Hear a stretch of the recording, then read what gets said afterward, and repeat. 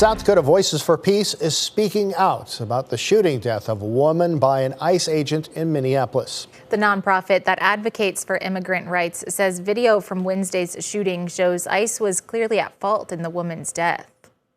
And as KELOLAND's Perry Groten reports, South Dakota is entering the national dialogue when it comes to violent confrontations between ICE agents and protesters. Dozens of people are currently gathered in and around Van Epps Park in downtown Sioux Falls for a vigil in honor of the woman whose name is Renee Good. Outrage in Minneapolis over the deadly shooting of a 37-year-old mother of three by an ICE agent is spilling over into South Dakota. It is tragic that an innocent woman, a trained observer who was using her constitutional rights, was gunned down in her car.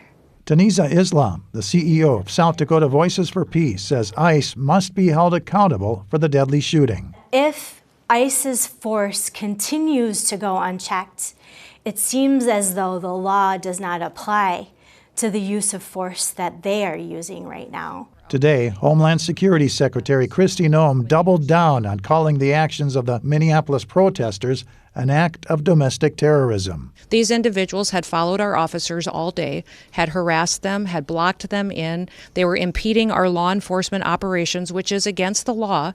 And when they demanded and commanded her to get out of her vehicle several times, she did not. Minnesota Governor Tim Walz drew South Dakota directly into the ICE backlash during a conversation with Noem. I asked Secretary Noem how she would have felt if President Biden had sent 2,000 troops into Rapid City, South Dakota, and she said she would have welcomed them. I leave that for the folks of South Dakota to determine. Islam says if the actions of ICE aren't reined in, a tragedy like what unfolded in Minneapolis could happen in South Dakota. If lethal force can be used in Minnesota, it can be used anywhere.